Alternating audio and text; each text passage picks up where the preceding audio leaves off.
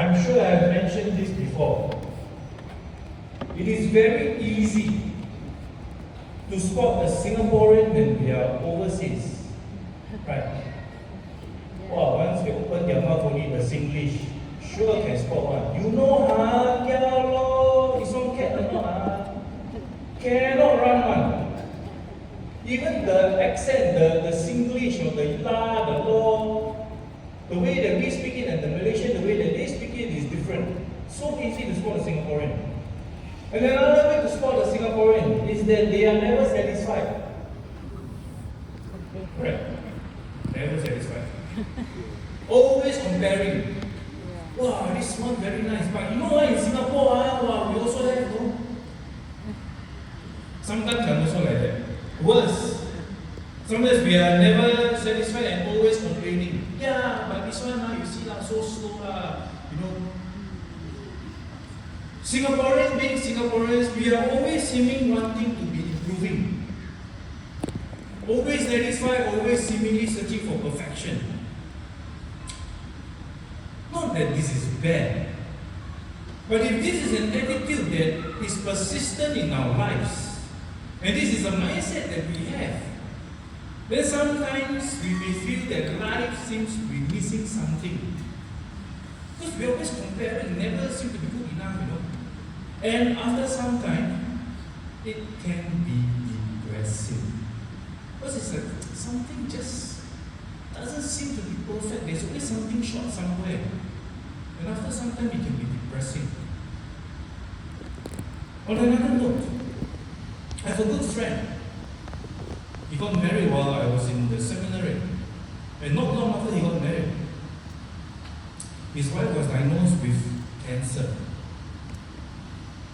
And my friend, being the person that he is very dedicated, very loving to his wife. Before he goes to work, while the wife was receiving chemotherapy and treatment in the hospital, he will be there in the morning to accompany his wife. You know, then after that, from there he goes to work. Lunchtime he will come and spend his lunchtime with his wife. Afterwards, he will continue come spend time with his wife before going back home, shower, sleep, and then the next day the same routine continues. But what was bad was this. Being a young woman, just got married, just diagnosed with cancer, seems to be life is going so smoothly until this calamity struck her.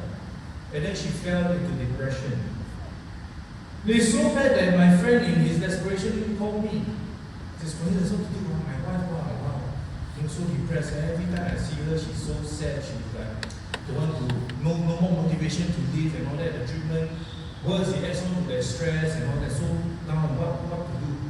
So I asked him, I said, "Will your wife allow me to visit her in the hospital?" And he says, "Okay, I'll go and ask her." She's never allowed anybody to visit her in the hospital. Of course, a young lady, late 20s, I think late 20s or early 30s, chemo, all the hair dropped. So she says, "Okay." She says she will see her. And I went to the hospital, and when my friend's mother-in-law, the wife's mother saw me, I was surprised. Because the wife never allowed any visitors, whether her own friends or only family members. But when I went to see her, then I also understood. Chemo, hair drop. She got less hair than me. For a young woman, I think that is already depressing enough.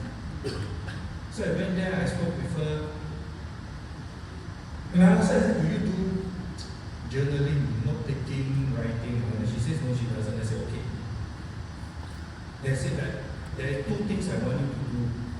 So one thing is that she respects me for being a seminary. She knows I'm going to journey to be a priest. I said two things. Number one is get a journal. I said, I don't have. I know she likes reading the book.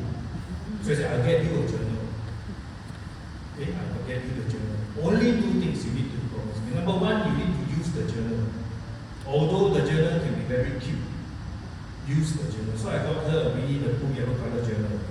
First thing, I said, you must use the journal. Number two, every day, at the end of the day, I want you to write down two things that you are thankful for. Two things. Doesn't need to be big, life-changing things. It can be simple things. So today, my lunch was exceptionally nice because today, she calls her husband my hero because he's there with her throughout all the treatment. This is my hero was here with me for lunch, and my lunch today was exceptionally nice. Simple things like that. Or today, I happened to be very high, very good mood because as I was working in the hospital, a child came and smiled at me. Simple things like that. I said 2 things. And slowly she got out of her depression. Brothers and sisters, this spirit of thanksgiving, this spirit of contentment transcends cultures, transcends religion. Why I say that? My friend and his wife both are not Catholics. They are very devout Buddhists. And yet this sense of thanksgiving can lift them out of depression. People who see me for counseling, this is also one of the things that I tell them to do. Journal.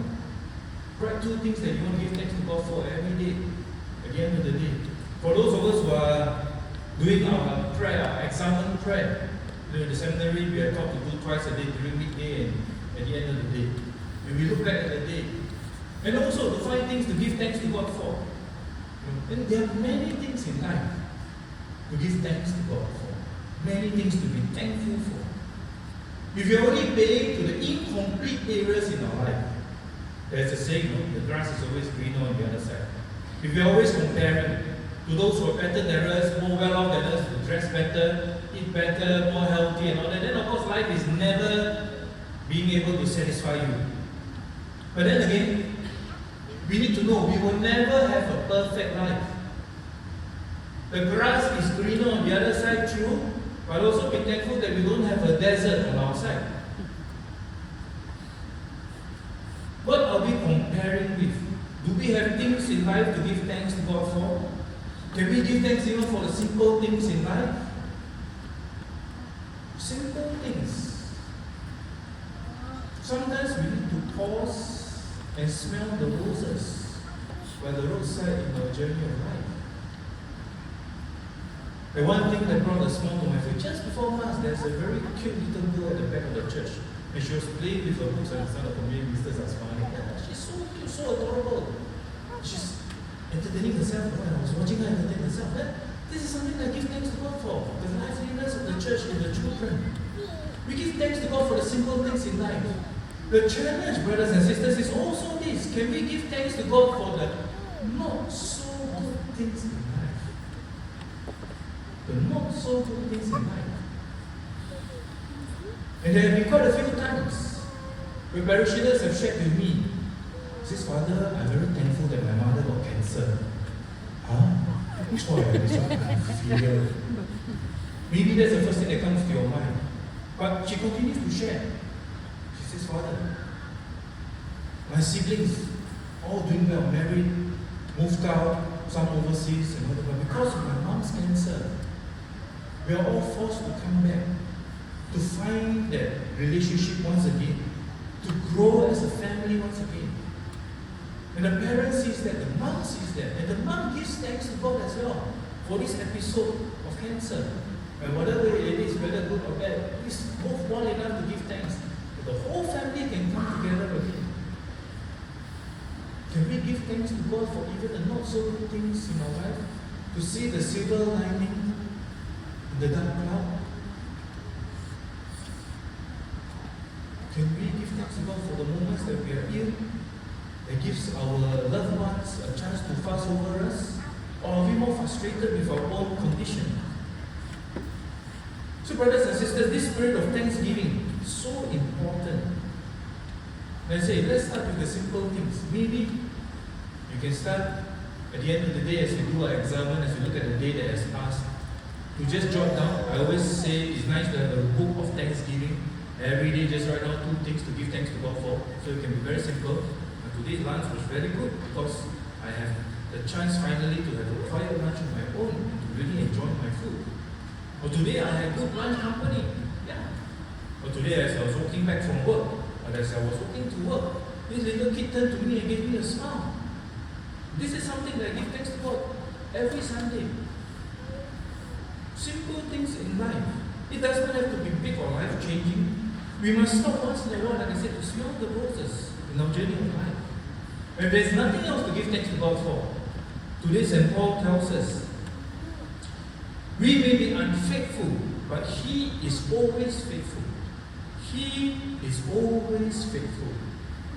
And if we just pause for a moment in our lives, look at the day that has passed, I am very, very sure we can find many moments to say, thank you, Jesus. Thank you for your love, your care, your affection, not just directly, but also through the people that I meet every single day, every single